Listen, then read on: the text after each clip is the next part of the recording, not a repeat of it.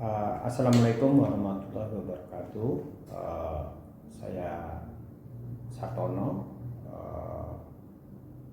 lulusan untuk S1-nya itu Akuntansi Indonesia di sebuah perguruan tinggi negeri di Solo. Kemudian saya meneruskan S2 di Jakarta. Saya coba mengampu untuk manajemen pembiayaan, dan kali ini saya akan mencoba mempresentasikan materi tersebut, yaitu untuk pertemuan satu, itu pengantar manajemen bisnis.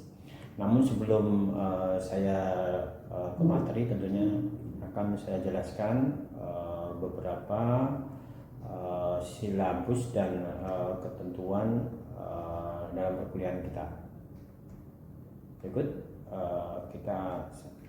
saya tentunya terbagi menjadi dua kelas, yaitu C1 dan C2, di mana 1,5 jam pertama di pagi jam 9 sampai jam 12 itu ada mata kuliah perpajakan. Kemudian yang 1,5 jam berikutnya itu untuk pembiayaan.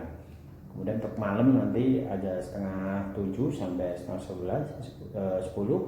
di mana ada sama dengan topik yang sama, di perpajakan dan pembiayaan. Nah, kami coba menjelaskan metode perkuliahannya, di mana sistem kuliah kita jadi mahasiswa yang aktif dengan sistem coaching, di mana akan bertujuan mahasiswa memahami intisari kuliah. Kemudian yang kedua, membiasakan mahasiswa mempersiapkan diri segala sesuatu yang ilmiah dan berdiskusi. Kemudian membiasakan mahasiswa aktif berkomunikasi ke sesama dan ke pengajar. Kemudian membiasakan mahasiswa memberikan ide atau gagasan baru. Kemudian kami coba memberikan satu sesi English class, di mana untuk memberi tambahan agar mahasiswa terbiasa dengan English discussion. Kemudian kami akan memberikan project setelah akademik sampai akhir kuliah, di mana sesuai dengan mata pelajaran dan dibuat per kelompok. Kemudian untuk bobot penilaian kami coba ada bagi menjadi 4, di mana ada kehadiran 10%, keaktifan 40%, mid test 20%, final test 30%. Kemudian untuk project yang bisa diajukan, project bisnisnya itu diajukan setelah UTS sampai 2 minggu sebelum ujian final. Kemudian konsultasi bisa saat kuliah atau via WA. Kemudian dibuat 5 kelompok. Kemudian disajikan dengan hard copy dan slide atau video. Kemudian diupload ke YouTube, Instagram atau TikTok dengan hashtag GBS Cibito, kemudian hashtag PPH Baca Badan, kemudian hashtag Sartono SE AKMA. Kemudian materi project adalah untuk masalah pembiayaan bisnis. Silakan buat usaha bisnis dan perhitungan bisnis plan dan metode pembiayaan, dan ROA-nya berapa dan angsurannya berapa. Mungkin itu yang silabusnya yang kami jelaskan. Kemudian saya langsung ke materi. Baik.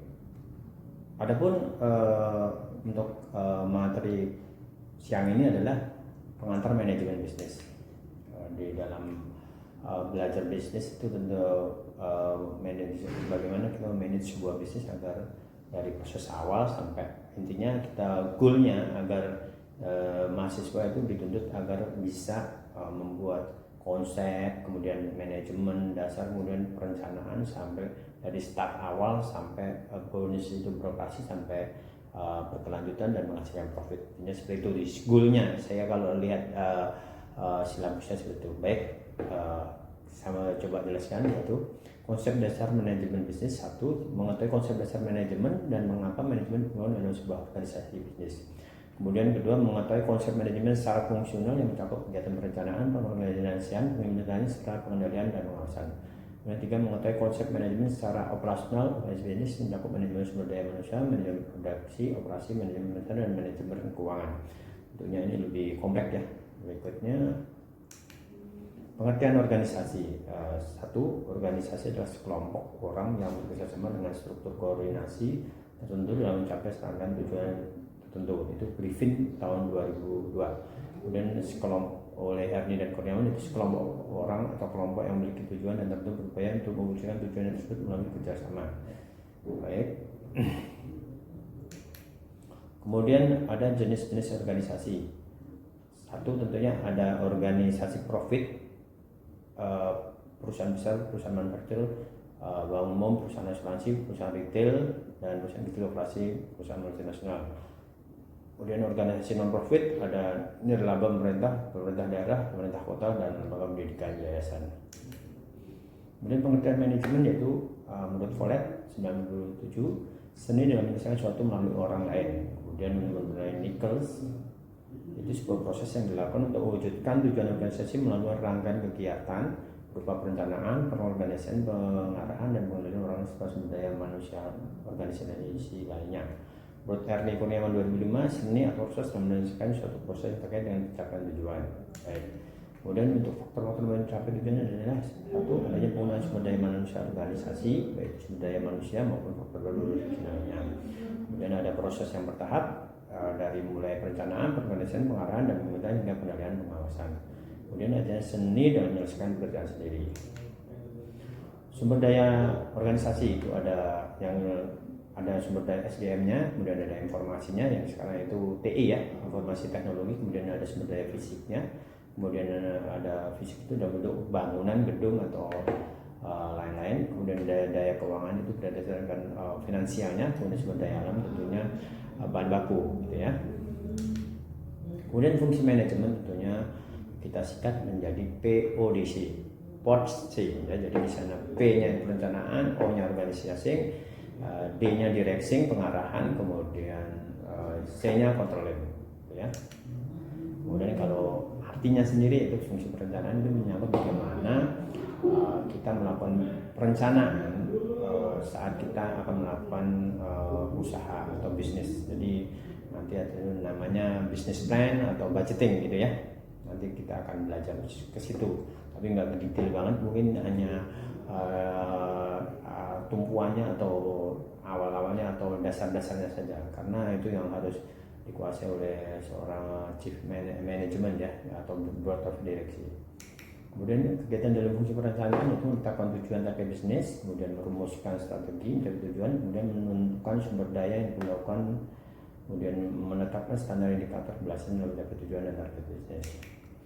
Kemudian fungsi pengorganisasian yang sekali P tadi planning, kemudian E organizing, yaitu proses menyangkutkan bagaimana strategi dan taktik yang telah dirumuskan dalam perencanaan desain sebuah organisasi yang kuat dan tangguh, sistem dan lingkungan yang organisasi kondusif yang dapat memastikan bahwa semua pihak dan dapat bekerja secara efektif guna pencapaian tujuan organisasi. Intinya kita memplot tim agar setiap orang itu mempunyai job desk, kemudian mempunyai tanggung jawab, kemudian mempunyai teamwork. Jadi itulah namanya pengorganisasian gitu ya. Kemudian kegiatan dalam fungsi organisasi itu mengalokasikan sumber daya, kemudian merumuskan tugas, kemudian menetapkan prosedur dan menetapkan struktur organisasi, dan menentukan garis kewenangan dan perekrutan dan pengembangan sumber daya dan penempatan sumber daya manusia bagi posisi yang tepat. Intinya kita siapkan manusianya, bikin SOP, kemudian kita kasih wewenang, kemudian kita tempatkan yang tepat. Kemudian pengarahan itu direction atau implementasi, di mana proses implementasi program akan dapat dijalankan seluruh pihak dalam organisasi serta proses promosi agar semua pihak dapat menjalankan tanggung jawab dengan penuh dan kesadaran produktivitas yang tinggi. Intinya coaching, jadi sesuai dengan visi dan misi kampus TI Gizi. Jadi kami ini dikasih tanggung jawab agar hanya learning aja. Kalau bisa kami juga bisa bantu teman-teman untuk coaching. Intinya kalau Anda mau konsultasi atau apa masalah bisnis atau masalah problem asal jangan pribadi, kami siap membantu gitu ya. Baik. Kemudian kegiatan dalam fungsi pengarahan yaitu mengimplementasikan proses kepemimpinan, kemudian pembimbingan, memberikan motivasi kepada tenaga kerja secara efektif, efisien, dan tujuan memberikan tugas dan penjelasan strategi mengenai pekerjaan dan menjelaskan kebijaksanaan yang ditetapkan. Kemudian yang terakhir fungsi pengawasan dan pengendalian atau kontrol. Proses yang dilakukan untuk memastikan seluruh rangkaian kegiatan yang telah direncanakan, kemudian diorganisasikan, kemudian diimplementasikan, dan kemudian didireksi, tentunya berjalan dengan sesuai target yang diharapkan, sekalipun berbagai perubahan terjadi dalam lingkungan dunia bisnis. Intinya kalau Anda mau memulai usaha atau bisnis, tentunya Anda harus bikin bisnis plan, kemudian Anda harus menggunakan perencanaan, terus kemudian Anda harus organizing timnya, kemudian organizing modalnya, kemudian mendireksi itu mengarahkan, oh kamu harus begini, oh kita harus 3 bulan itu harus stok modal dulu, jadi harus kemudian marketingnya seperti ini, itu namanya direksi. Kemudian controlling, terakhir itu fungsinya adalah memastikan dari semua skenario, 3 skenario itu baik dari hard copy maupun soft copy-nya itu sesuai dengan business plan atau perencanaan manajemen. Itu namanya fungsi controlling. Adapun kegiatan fungsi pengawasan adalah mengevaluasi keberhasilan dan mencapai tujuan dan target ini sesuai indikator yang telah ditetapkan. Indikatornya tentunya berdasarkan business plan ya. Jadi kalau mungkin ada indikatornya adalah contoh cash flow, kemudian CAR-nya, kemudian ROI-nya, kemudian profit margin-nya, itu namanya indikator juga sih sebagai secara indikator accounting ya. Jadi itu salah satu untuk memulai sebuah bisnis ataupun usaha. Kemudian fungsi operasional dalam manajemen itu ada manajemen sumber daya manusia, kemudian manajemen pemasaran, manajemen operasi, kemudian manajemen keuangan, dan manajemen informasi.